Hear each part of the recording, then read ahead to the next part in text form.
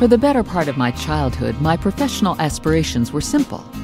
I wanted to be an intergalactic princess. I didn't care much about ruling hordes of space people. Mostly I wanted to wear the cape and the sexy boots and carry a cool weapon. As it happens, the princess thing didn't work out for me, so I went to college, and when I graduated, I went to work as a lingerie buyer for a chain store. Then that didn't work out, so I blackmailed my bail bondsman cousin into giving me a job as a bounty hunter. Funny how fate steps in. I never did get the cape or the sexy boots, but I do finally have a cool weapon. Well, okay, it's a little .38 and I keep it in my cookie jar, but it's still a weapon, right? Back in the days when I was auditioning for Princess, I had the occasional run-in with the bad kid in the neighborhood. His name was Joe Morelli, and he was trouble. I'm still having those run-ins with Morelli, and he's still trouble. But now he's the kind of trouble a woman likes. He's a cop, and his gun is bigger than mine, and he doesn't keep it in a cookie jar. He proposed to me a couple weeks ago during a libido attack. He unsnapped my jeans, hooked a finger into the waistband, and pulled me to him. About that proposal, Cupcake. Which proposal are we talking about? The marriage proposal. Are you serious?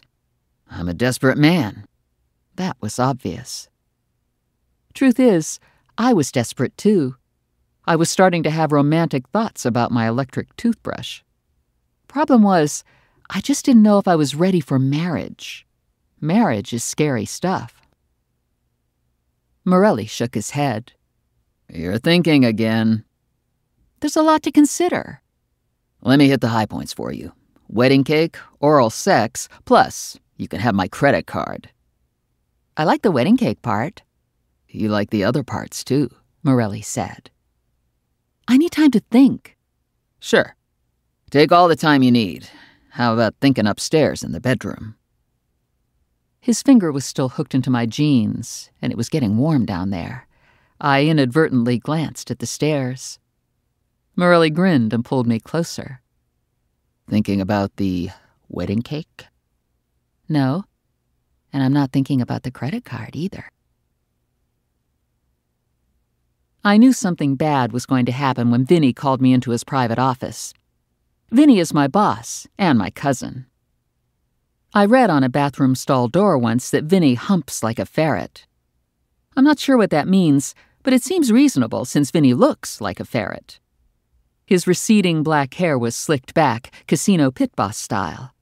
His facial expression was tuned to not happy. I looked across the desk at him. Now what? I got a job for you. I want you to find that rat fink Eddie DeCooch, and I want you to drag his bony ass back here. He got tagged smuggling a truckload of bootleg cigarettes up from Virginia, and he missed his court date. I rolled my eyes. I'm not going after Eddie DeCooch. He's old, and he kills people, and he's dating my grandmother. He hardly ever kills people anymore. He has cataracts. Last time he tried to shoot someone, he emptied a clip into an ironing board. Vinny owns and operates Vincent Plum bail bonds in Trenton, New Jersey.